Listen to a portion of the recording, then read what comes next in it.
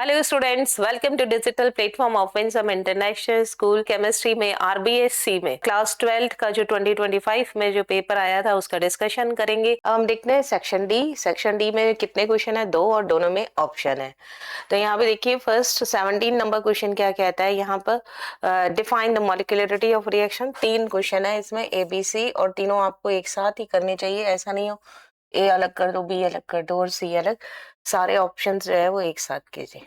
Molecularity की definition है और डिराइव करना है half life for zero order reaction, और एक आपके पास में न्यूमेरिकल है, show that in first order reaction time required for completion of 99.9%, 10 times of half life of the first order reaction। log 10 की वैल्यू कितनी है यहाँ पर? 1। ये तो गिवन है log 10, अगर ना भी गिवन हो तब भी आपको पता होना चाहिए log 10 कितना होता है, 1। तो 1 बाय 1 हम इसकी स्टडी करेंगे। सबसे पहले यहाँ पे मॉलिक्यूलरिटी। मॉलिक्यूलरिटी क्या होता है? Number of reactant molecule take part in elementary reaction is called molecularity. Answer देखिए, एक आंसर क्या लिखा है, आपको किसको डिफाइन करना है? मॉलिक्यूलरिटी को। अब क्या होती है molecularity? Number of reactant molecule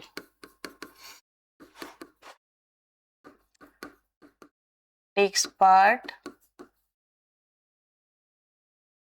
in elementary reaction. ये ध्यान रखना, एलिमेंट्री रिएक्शन होती है। और एलिमेंट्री रिएक्शन क्या होती है? जो 1 स्टेप में कंप्लीट हो जाती है, उसे ही आप क्या बोलते हैं? Molecularity is called molecularity. Now B option दी। बी क्या है? बी में क्या है ये देखिए, derived expression of half life और जीरो ऑर्डर रिएक्शन। क्या होती है जीरो ऑर्डर रिएक्शन? ये भी पता होना चाहिए आपको। लेट रिएक्शन, कौन सी हमने लेट की? A to B, it is zero order reaction. अब जीरो ऑर्डर रिएक्शन है मीन्स रेट ऑफ रिएक्शन किसके प्रोपोर्शनल होगी? ए टू पावर 0, है ना? ये जीरो ऑर्डर रिएक्शन है। तो यहाँ पर रेट ऑफ रिएक्शन किसी भी रिएक्टेंट के प्रोपोर्शनल नहीं होती, एक कांस्टेंट होती है।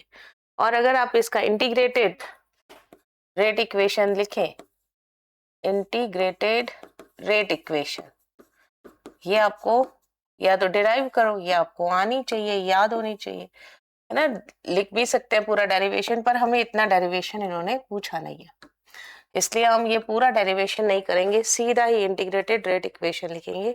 क्या होता है integrated rate equation? A naught minus A T upon T. A की वैल्यू क्या होती है? A naught minus A T upon T, और यानी X upon T. A naught क्या है यहाँ पर? Initial concentration. ए टी क्या है? After T time concentration of A. A naught क्या है यहाँ पे?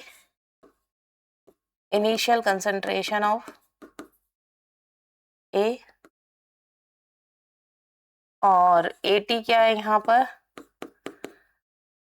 Concentration of A after T time, और टी क्या है? Time taken in change in concentration.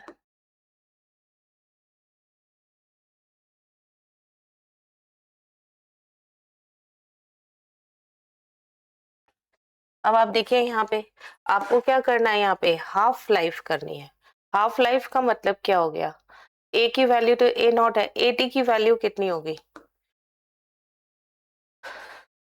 यही थोड़ा छोटा कर देते हैं इसको।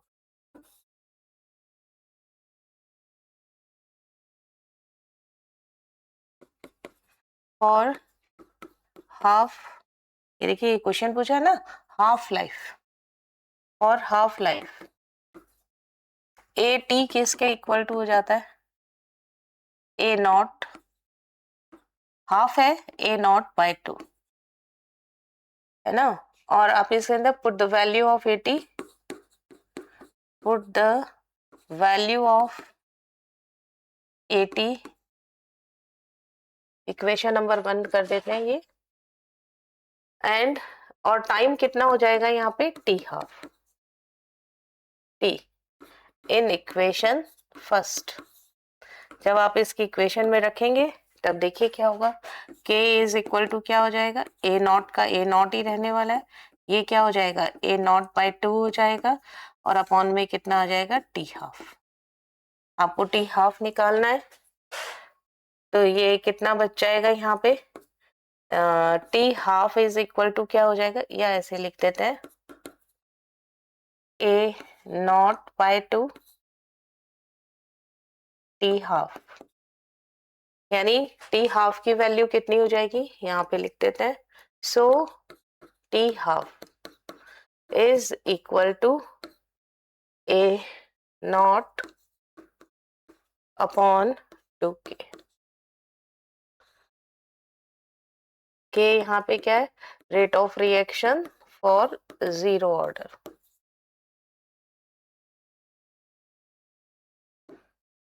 ए नॉट क्या है यहाँ पे, initial concentration of A reactant, यानी टी हाफ किसके प्रोपोर्शनल होगा, ए नॉट के। टी हाफ किसके इनवर्सली प्रोपोर्शनल होगा, रेट कांस्टेंट के। ये दो कंक्लूजन आपने निकाले, तो आपके पास इक्वेशन 2 क्या हो गया यहाँ पे, टी हाफ के लिए, जीरो ऑर्डर रिएक्शन के लिए टी हाफ के लिए रेट कांस्टेंट, और वैल्यू हो गई किसकी, ये देखिए यहाँ पे ये दे रखा है जीरो ऑर्डर रिएक्शन के लिए टी हाफ की वैल्यू। नाउ एक क्वेश्चन और दे रखा है इसमें, क्या क्वेश्चन दे रखा है ये भी देखिए। यहाँ पे क्या दे रखा है, show that in first order reaction time required for completion of 99% 10 time of half life of reaction. अब देखिए यहाँ पे फर्स्ट ऑर्डर रिएक्शन के लिए क्या होता है, answer C, for first order reaction आप रेट ऑफ रिएक्शन यानी के की वैल्यू क्या होती है, इंटीग्रेटेड रेट इक्वेशन लिख देते हैं, integrated rate equation. Integrated rate equation क्या होगी यहाँ पे, k1 की वैल्यू क्या होगी 2.303 upon T log A upon A minus X, है ना, initial concentration upon 80, A upon A minus X, या इनिशियल कंसंट्रेशन अपॉन 80 आ जाएगा। अब आप देखिए यहाँ पे A upon A minus X for T half, अगर मैं यहाँ टी हाफ करती हूँ तो k1 ही रहेगा, कांस्टेंट है 2.303, यहाँ पे क्या आ जाएगा टी हाफ, यहाँ पे लॉग ए, और a माइनस एक्स की वैल्यू कितनी हो जाएगी a बाई 2। ओके, तो k1 की वैल्यू कितनी हो गई 2.303 upon T half log a upon a by 2। a by 2 का मतलब क्या हो गया यहाँ पे, a बाई 2 का मतलब क्या हो गया, k1 is equal to 2.303 upon T half log 2a upon a से a क्या हो गया cancel, a to a cancel, और मेरे पास में क्या इक्वेशन आ गई कि वो 2.303 टी हाफ लॉग 2, और लॉग 2 की वैल्यू कितनी होती है 0.3010, है ना, क्या होती है 0.3010, तो k1 इज इक्वल टू क्या हो गया 2.303 टी हाफ, और लॉग तो हटाना है 0.3010। इक्वेशन नंबर कौन सी हो गई 1, ये मैंने क्या लिखा k1 की वैल्यू। अब मुझे यहाँ पे कितना लिखना है 99.99%, है ना। ये कितना 99.99% कंप्लीट हो गया, है ना। कंप्लीट कितना हो गया आपके पास में 99.99। आगे देखिए, when equation complete 99.99%, 99.9% है ना, 99 तो नहीं है, यही है, 9 ही है, हाँ 99.9%। दैट इज ए मेरे पास कितना है यहाँ पे 100 और x मेरे पास कितना है 99.9, तो a माइनस एक्स कितना हो गया 100 माइनस 99.9 यानी 0.1। अब यहाँ पे मैंने अगर इक्वेशन में रखूं सो k1 कितना हो जाएगा मेरे पास 2.303। टाइम कितना लगेगा 99.9%, है ना। और लॉग ए कितना है मेरे पास 100, ए माइनस एक्स कितना है 0.1, इसको हटाया तो कितना आ गया 0, तो k1 की वैल्यू कितनी हो गई 2.303 अपॉन टी कितना है 99.9। लॉग कितना हो गया 1000 की वैल्यू कितनी होती है, लॉग लॉग हो गया 1000, लॉग 1000 की वैल्यू कितनी होती है 3। अब आप देखिए इसको मैं क्वेश्चन नंबर 1 और 2, इक्वेशन नंबर 1 और ये एक हो गया इक्वेशन नंबर 2, ये भी k1 ये भी k1 है, तो compare equation 1 and 2।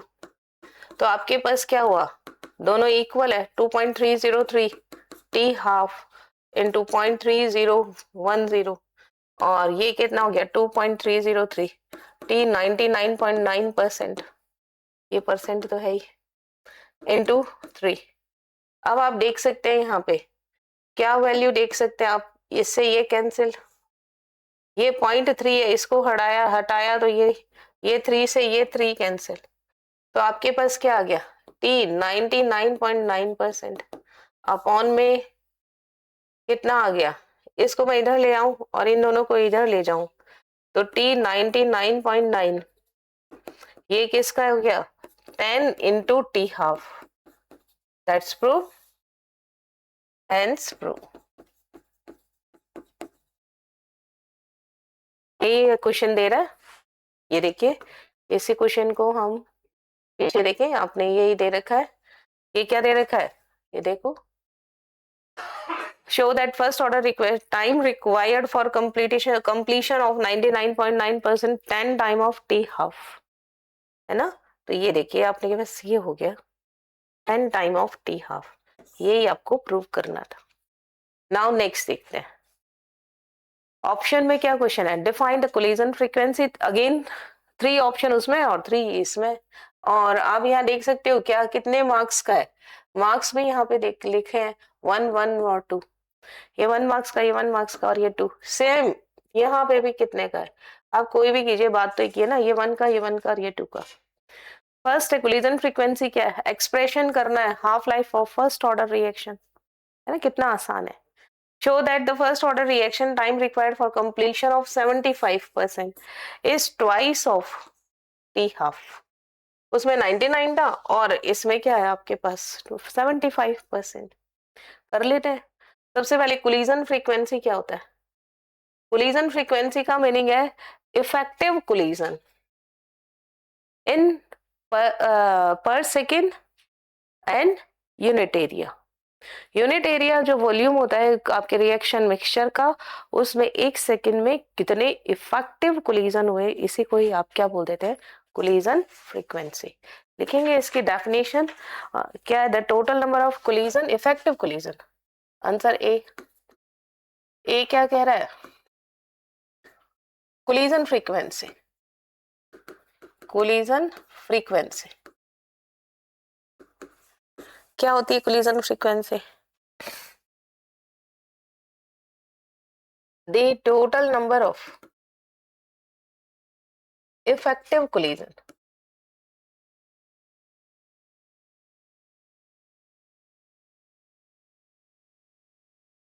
in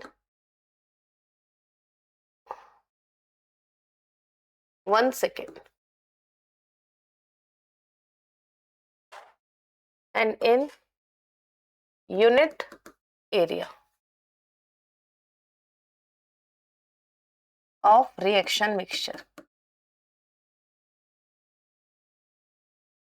is called collision frequency. बहुत आसान है ये, बहुत आसान पेपर है ये. नेक्स्ट देखिए B.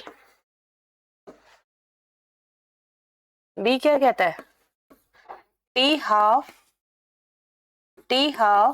For first order reaction. आपको इसमें क्या चाहिए होगा? ए लेट ए किस में कन्वर्ट हो रहा है? बी में, यानी प्रोडक्ट बना रहा है. तब आपके पास में रेट ऑफ रिएक्शन K1 किसके प्रोपोर्शनल होगी? ए की पावर 1 तो लिखो या ना लिखो, एक ही बात है. Rate of reaction R, rate of reaction किसके प्रोपोर्शनल हो जाएगी? यहाँ पे ए के प्रोपोर्शनल हो जाएगी. और इसका इंटीग्रेटेड रेट इक्वेशन क्या होता है? हमें तो टी हाफ चाहिए, तो मुझे integrated rate equation find out करने की जरूरत नहीं है. मैं सीधा ही यहाँ पे इंटीग्रेटेड रेट इक्वेशन लिखती हूँ. हमने पहले भी लिखी है, फर्स्ट ऑर्डर की लिखी है ना? क्या लिखी है आपने? K1 is equal to 2.303 T log A upon A minus X. A initial concentration है, A minus X concentration at T half. A और T सही तरीके से लिखते हैं, A upon A minus X. देखिए यहाँ पे A क्या है? इनिशियल कंसेंट्रेशन ऑफ रिएक्टेंट है ना? इसको आप A नॉट भी लिख सकते हो. A minus X remaining concentration या concentration after T time. concentration of reactant after T time. अब आप देखिए T time taken during change.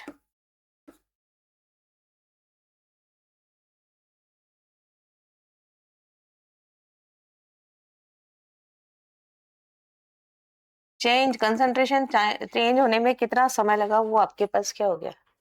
अगर आप टी हाफ मालूम करना चाह रहे हो और टी हाफ, टी अगर टी हाफ हो तो x कितना हो जाएगा? यहाँ पे a/2. a कितना हो जाएगा? a तो a माइनस एक्स कितना हो जाएगा? यहाँ पे a माइनस a/2, यानी कितना हो गया? a/2 है ना? Put values in equation 1. तो आपको K1 तो रहेगा ही रहेगा. 2.303 T की जगह क्या लिख दोगे? T half. हाफ को 50% भी लिखते हैं. लॉग A तो A है ही, और ये कितना है? a/2.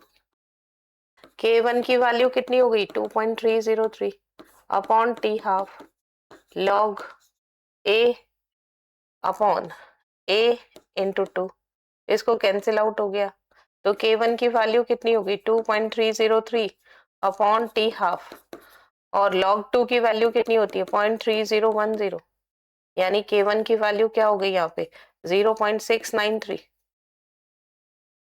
है ना? 0.3 को मल्टीप्लाई करो 9, फिर ये 0, फिर ये 9, और उसके बाद 2 की वैल्यू क्या हो जाएगी? 6. 1 2 3, और यहाँ पे भी ये अपॉन T हाफ. आपको तो T हाफ चाहिए ना, तो इसका मतलब T half is equal to 0.693. T half is equal to 0.693 upon K1. दोनों ही कांस्टेंट है, यानी T हाफ की value does not depend upon initial concentration of reactant A. मतलब T हाफ क्या होगा? इसका कांस्टेंट होगा. सिर्फ किसके प्रोपोर्शनल होगा? यहाँ पे ओनली K1 के प्रोपोर्शनल होगा, inversely proportional. is inversely proportional to K1. Does not depend upon the initial concentration of reactant और concentration of reactant. देखिए कितनी इंपॉर्टेंट बात हो गई यहाँ पे, टी हाफ, इसको लिख देते हैं यहाँ पे, वो प्रोपोर्शनल था, है ना, टी हाफ बढ़ेगा, यहाँ पे ये इनिशियल कंसंट्रेशन पर डिपेंड ही नहीं करता। टी हाफ, ग्रीन कलर ले लेते हैं, T half for first order reaction does not depend upon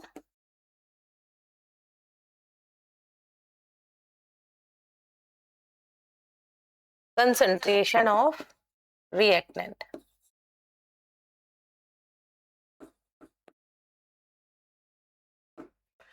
बहुत ही इंपॉर्टेंट कंसेप्ट है ये, बहुत बार एग्जाम में इससे रिलेटेड क्वेश्चन आता है। हमें मतलब नहीं है यहाँ पे क्या कंसंट्रेशन ले रहे हो और किस पे डिपेंड करता है, ओनली K1 के इनवर्सली प्रोपोर्शनल होता है। जबकि जीरो ऑर्डर देखिए आप, ये भी कई बार आता है, जीरो ऑर्डर प्रोपोर्शनल होता है किसके, ए नॉट, इनिशियल कंसंट्रेशन के।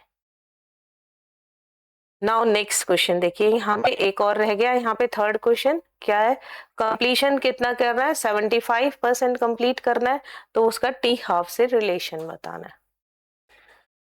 देखो यहाँ answer C.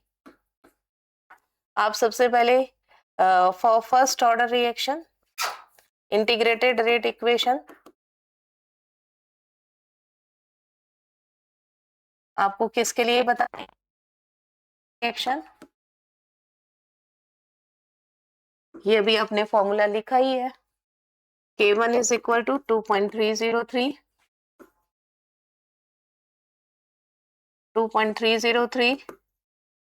upon T log A upon A minus X for half life. Half life का मतलब होता है कि जितना आपने इनिशियल कंसंट्रेशन ली है उसकी हाफ हो जाए, ए एक्स किसके इक्वल टू हो जाएगा, A/2 के। हाफ लाइफ की अगर बात करें तो टी किसके इक्वल टू होगा, टी हाफ के, और एक्स किसके इक्वल टू होगा, A/2 के। A माइनस एक्स किसके इक्वल टू होगा, A माइनस A/2 यानी A/2 के। अब पुट वैल्यूज, अगर आप वैल्यूज पुट करेंगे तो K1 की value 2.303 upon T half log, अभी किया ही हमने, A अपॉन A/2, और थोड़ा सा इसको और ऊपर लिख ले, चेंज कर ले, तो ये क्या हो जाएगा, upon T half log A upon A into 2, A से A कैंसिल, तो K1 is equal to 2.303 T half log 2 की वैल्यू कितनी होती है, 0.3010। ऐसे कैसे रखेंगे, इक्वेशन नंबर क्या आ गई बनी। अब आप इक्वेशन नंबर 2 की बात करें, आपको कितना कंप्लीट करना है, 75%। For completion of 75% reaction, it means A कितना आपके पास 100, X कितना हो गया आपके पास 75, है ना, x कितना हो गया आपके पास 75, तो a माइनस एक्स कितना हो गया आपके पास 100 माइनस 75 यानी 25। नाउ इसका रेट इक्वेशन क्या होगा,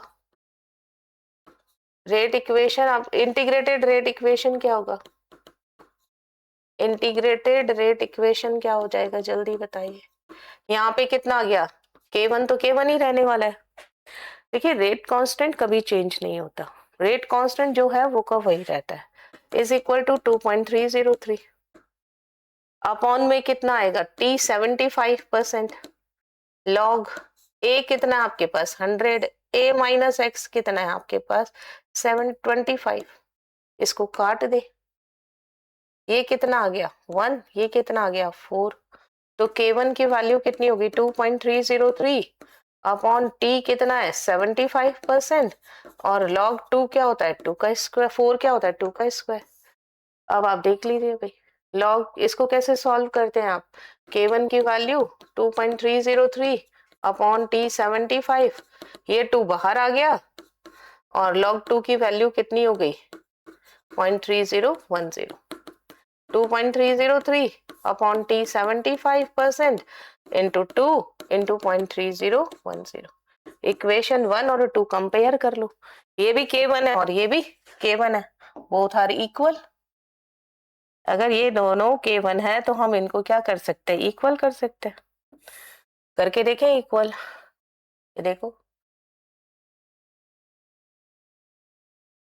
इक्वल करें, कंपेयर वन इक्वेशन 1 एंड 2, आप कंपेयर कर रहे हैं इक्वेशन फर्स्ट एंड सेकेंड, दोनों K1 है तो ये कितना हो गया? 2.303 T हाफ इंटू 0.3010 और इक्वल टू, ये भी K1 है तो 2.303 अपॉन T75% इंटू 2 इंटू 0.3010। जो कट रहा है काट दीजिए। क्या क्या कट रहा है? देखो ये कट गया इससे, ये कट गया इससे, बस आपको तो T75 और T हाफ में रिलेशन करना है। तो आपके पास में देखो T75 कितना, यहाँ आप इसको ले जाओ, T75%, ये 2 यहीं पड़ा है और ये क्या हो गया? T half. हेंस प्रूफ, यही पूछा है उसने, यही कहा है, हेंस प्रूफ, है ना। 75% कंप्लीट होने में कितना टाइम लगता है? T हाफ का 2 टाइम्स, है ना। सीधा आपके डायरेक्ट न्यूमेरिकल से भी पूछ सकता है कि 99% कंप्लीट हो गया तो बताइए T हाफ कितना होगा। आपको मालूम होना चाहिए T 99% कितना और 99.9% कितना होता है? 10 टाइम होता है T हाफ का, और 75% कितना होता है? 2 टाइम्स होता है। पर कौन से ऑर्डर की रिएक्शन है? फर्स्ट ऑर्डर की रिएक्शन, ये ध्यान रखना। तो इस तरीके से हम बहुत आसानी से ये क्वेश्चन हमने किया। Now question number 18, last question है ये इसका। आप देखिए अगेन 3 ऑप्शन, 3 है आपके पास इसमें क्वेश्चन। तो फर्स्ट देखिए, writing of aldehyde used in the preparation of Bakelite. Bakelite का प्रिपरेशन बहुत इंपॉर्टेंट है, और बैकेलाइट में कौन सा फॉर्मेलिटी, कौन सा एल्डिहाइड काम में लिया जाता है? That is a methanol formaldehyde. आपको मालूम होना चाहिए बैकेलाइट में क्या होता है?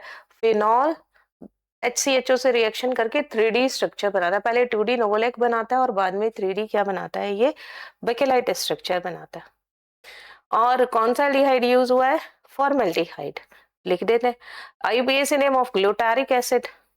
Explain रोजनमंड reaction with the help of an example. देखो फर्स्ट आंसर 1 ए। ए क्या कहता है आपके पास में? Bakelite, formation of Bakelite, aldehyde used in formation of Bakelite. Answer क्या आ जाएगा इसमें? फॉर्मेल्डिहाइड। इसमें क्या आंसर आ जाएगा? फॉर्मेल्डिहाइड। IUPAC नेम पूछेगा तो क्या लिख सकते हैं? मिथेनॉल। और अगर स्ट्रक्चर पूछेगा HC डबल बॉन्ड O और H, ये यूज करते हैं। एक थोड़ा सा और इसमें आइडिया दे सकते हैं आपको, बैकेलाइट का फॉर्मेशन भी बता सकते हैं, क्या क्या जरूरत होती है। आप बैकेलाइट की कैसे बनेगा आपको देना नहीं है, एग्जाम में आपको इतना ही आंसर लिखना है। फेनॉल, इसकी रिएक्शन किससे कराते हैं आप? फॉर्मेल्डिहाइड से, और एसिडिक या बेसिक मीडियम हो सकता है, और इसकी 3D अगर स्ट्रक्चर बनेगी तो वो क्या होगी? बैकेलाइट। कैसे बनाते हैं 3D स्ट्रक्चर को? ये फेनॉल, यहाँ पे क्या आ गया? CH2। बैकेलाइट बनाना बताते हैं आपको। ये देखिए, ये OH, OH के पास वाला कार्बन है CH2, है ना। और यहाँ देखिए इसके नीचे, यहाँ पे पैरा पोजीशन पे CH2, और ये देखो अब इस फिनॉल को ऐसे बनाना, यहाँ पे OH, यहाँ पे ये CH2, तो यहाँ पे भी CH2, है ना, और यहाँ से फिर से CH2, और ये पैरा पोजीशन पे क्या बन जाने वाला है?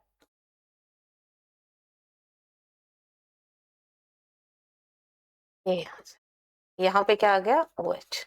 ये 3D है, इसको क्या बोलते हैं आप, बेकेलाइट 3D। और 2D क्या होता है यहाँ पे, नोवोलैक।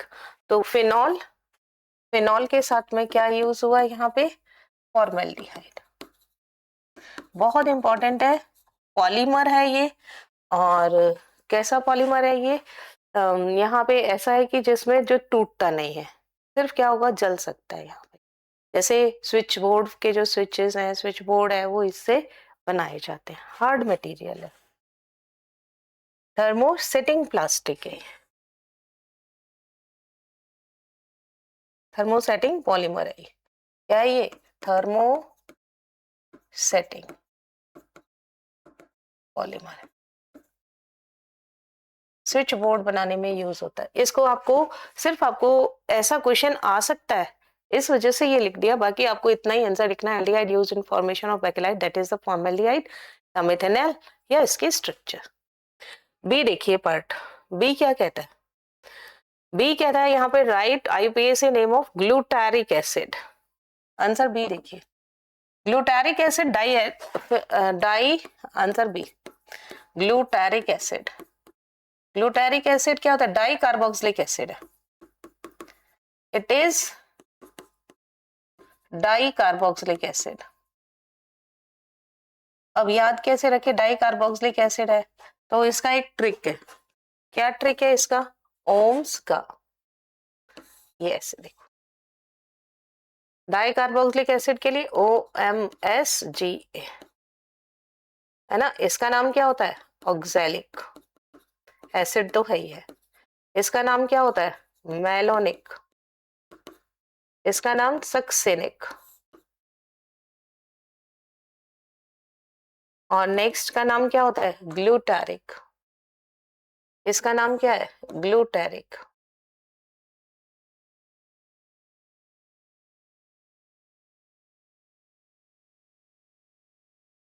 ग्लूटारिक एसिड, और इसका क्या नाम है, एडिपिक एसिड।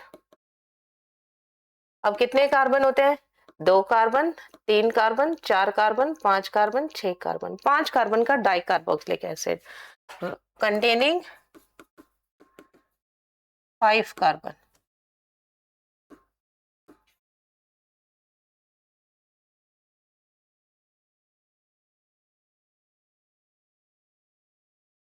कैसे लिखेंगे 5 कार्बन, देखिए COOH, और यहाँ पे भी क्या लिख दिया, 2 कार्बन तो हो गए, ये तीसरा कार्बन, ये चौथा कार्बन, और इसके बीच में 5वां कार्बन।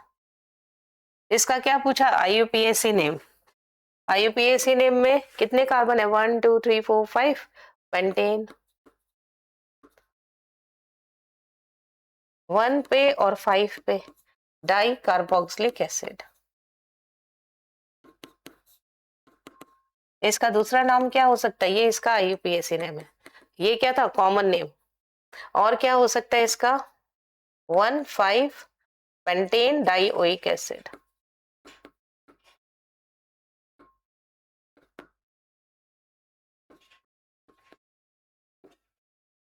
ओके, नेक्स्ट देखिए क्या कहता है, ये ट्रिक याद रखनी है, ये वाली क्या है, यहाँ पे ट्रिक है।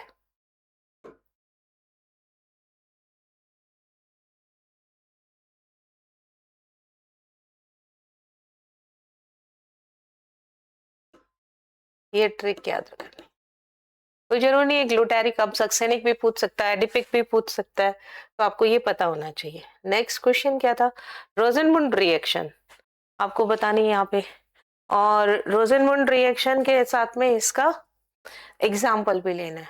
तो आपको पता होना चाहिए यहाँ पे रोजेनमुंड रिएक्शन क्या होती है। क्या होती है रोजेनमुंड रिएक्शन, RCOCl की रिएक्शन होती है, H2 के साथ कराते हैं, लेड और BaSO4 की प्रेजेंस होती है, और क्या बनते हैं इसमें, एल्डिहाइड। जहां भी लेड के साथ में BaSO4 आ जाए, इट मींस BaSO4 पॉइजन का काम कर रहा है, कंप्लीट रिडक्शन नहीं कर रहा है। देखिए यही लिख दे, रोजेनमुंड, चलो पीछे ही लिखते हैं, आंसर सी। सी में क्या है, रोजेन रोसेनमुंड रिएक्शन। क्या होती है Rosenmund reaction? It convert, it is reduction of, it is reduction of alkanoyl halide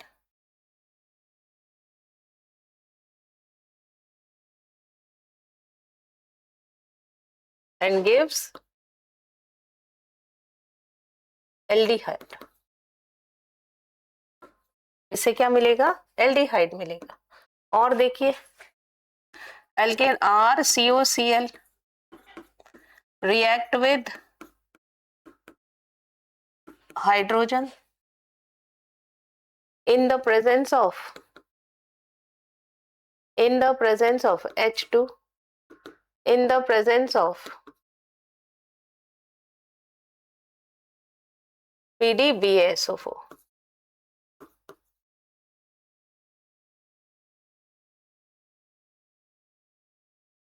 है ना?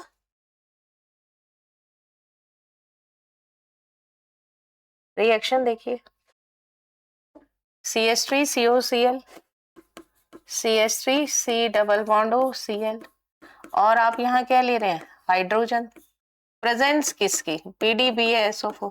अगर आप BaSO4 नहीं लेंगे तो ये कहाँ तक ले जाएगा? अल्कोहल तक ले जाएगा और आगे रिड्यूस कर देगा। इसलिए बहुत जरूरी है आपको। यहाँ पे BaSO4 किस क्या एक्ट कर रहा है? कैटलिस्ट पॉइजन की तरह काम कर रहा है। तो आपके पास क्या बचेगा? CD C double bond O और H, ये क्या बच गया? इथेनॉल। इसका दूसरा नाम क्या होता है? एसिटैल्डिहाइड। ये क्या है? IUPAC name. ये क्या है यहाँ पे? Common name. और इसका नाम क्या है? इथेनॉयल क्लोराइड। दूसरा यहाँ पे क्या बनेगा? एक और प्रोडक्ट बनेगा HCl। नाउ आपने इसका रिडक्शन कर दिया, तो ये रिएक्शन कौन सी है? रोसेनमुंड रिएक्शन, है ना? नेक्स्ट देखिए, right the name of, option में इसके right the name of carboxylic acid used in vinegar in food industry. अब देखिए फूड इंडस्ट्री में कौन सा कार्बोक्सिलिक एसिड काम में लेते हैं? बहुत ज्यादा काम में लेते हैं हम, विनेगर। फिर right IUPAC name of adipic acid. अभी हम ग्लूटारिक करके आए हैं, एडिपिक पूछा है। Help alert Zelensky reaction with the help of an example. ऐसे ही बहुत आसान पेपर आता है इसका। तो विनेगर हम यूज कर रहे हैं, मीन्स कार्बोक्सिलिक एसिड का नाम लिखना। विनेगर क्या होता है? Acetic acid. तो फर्स्ट तो हमारे पास क्या आंसर आ जाने वाला है? आंसर ए क्या होगा यहाँ पे? Carboxylic acid used in food industry. Preservative की तरह काम में लेते हैं हम, या खटाई कहीं काम में लेनी हो तो हम विनेगर यूज में लेते हैं। एसिटिक एसिड, है ना? इसका डाइल्यूट सॉल्यूशन क्या होता है? विनेगर। और क्या होता है इसके अंदर? CH3 C double bond O OH, है ना? और क्या बोल सकते हैं आप इसे? Ethanoic acid. अब कुछ भी लिखिए, बात तो एक ही है, सब सही है। Answer B. बी क्या कहता है ये देखिए, आपको क्या फॉर्मूला लिखना है? एडिपिक एसिड का फॉर्मूला लिखना, IUPAC नेम। और एडिपिक एसिड देखिए 6 कार्बन होते हैं। यहाँ देखो ओम्स का, ग्लूटारिक में 5 और एडिपिक में कितने? 6। और काम कहाँ आता है ग्लूटारिक एसिड? नाइलॉन 6 बनाने के काम आता है। Formula of acidic, IUPAC name of adipic acid. Adipic acid क्या होता है? It is di carboxylic acid containing 6 carbon. It is di carboxylic acid containing 6 carbon.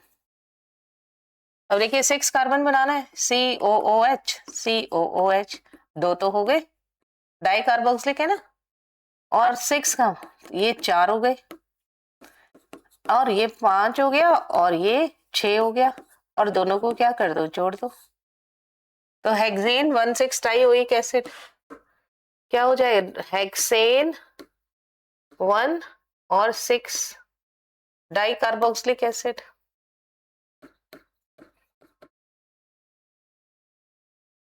या क्या बोल सकते हैं आप इसे, X16 dioic acid, hexane dioic acid, 16 hexane dioic acid.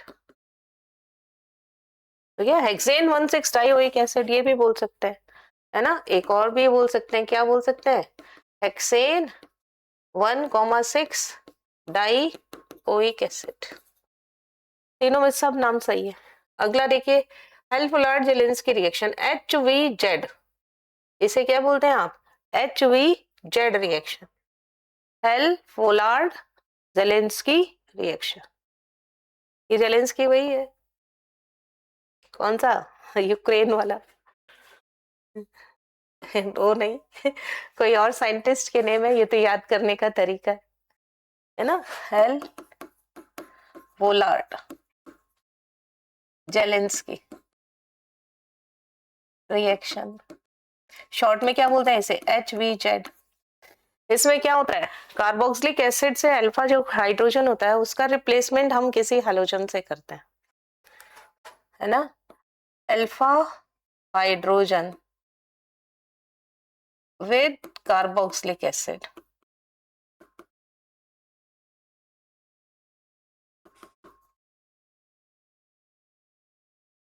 With नहीं लिखते, alpha hydrogen of carboxylic acid replaced by halogen, क्योंकि इसका अल्फा एच बहुत एक्टिव होता है। आगे आगे लिख देते हैं, in this reaction, in this reaction आपके पास क्या होगा, अल्फा का हाइड्रोजन होना चाहिए कौन सा, कार्बोक्सिलिक एसिड के साथ में, रिप्लेस किससे करना है आपको, Cl2 से। तो Cl2 की रिएक्शन किससे करा देंगे आप, रेड फास्फोरस की प्रेजेंस में, in the presence of red phosphorus. तो रिएक्शन लिखे, ऐसी रिएक्शन लिखनी है जिसमें बस अल्फा हाइड्रोजन होना चाहिए। जैसे मैंने लिखा यहाँ पे CH और यहाँ पे क्या लिख दिया, C double bond OH। Reaction किससे करानी है, Cl2 से, और क्या होगा, रेड फास्फोरस। अब आप देखिए अल्फा कार्बन कौन सा है यहाँ पे, ये इसके पास वाला कार्बन अल्फा, और इसके पास अल्फा कार्बन क्या है यहाँ पे, अल्फा हाइड्रोजन, इसके पास कितने हैं, 3, 1 2 3, एक ये और एक ये निकल जाएगा, और C कहाँ आ जाएगा, H की जगह आ जाएगा। तो आपके पास क्या प्रोडक्ट बन जाएगा, HCH, यहाँ पे कौन आ गया, Cl, C double bond OH, alpha chloro acetic acid, alpha chloro acetic acid. It is due to acidic nature of alpha H, है ना। It is, ये क्या हो गया, एसिटिक एसिड, एक नहीं तीनों हो सकता है 1 by 1 करके। ये क्या हो गया, एसिटिक एसिड। अल्फा एच होना बहुत जरूरी है। इट इज, या दिस रिएक्शन शोज, ये क्या शो करती है, acidic nature of alpha hydrogen of carboxylic acid.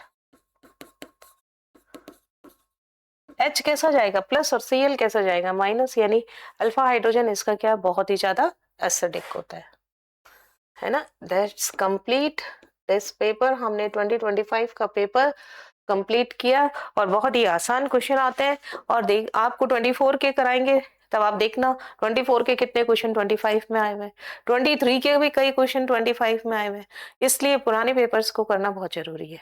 और अगर आप 26 का पेपर का मॉडल पेपर जो आया है इसको भी हम करेंगे, देखेंगे बहुत आसान क्वेश्चन रिपीट होते हैं, बहुत रिपीट होते हैं क्वेश्चन, आसान पेपर आता है। तैयारी करते रहिए, मेहनत करिए, हमारे साथ जुड़े रहिए। Thank you so much.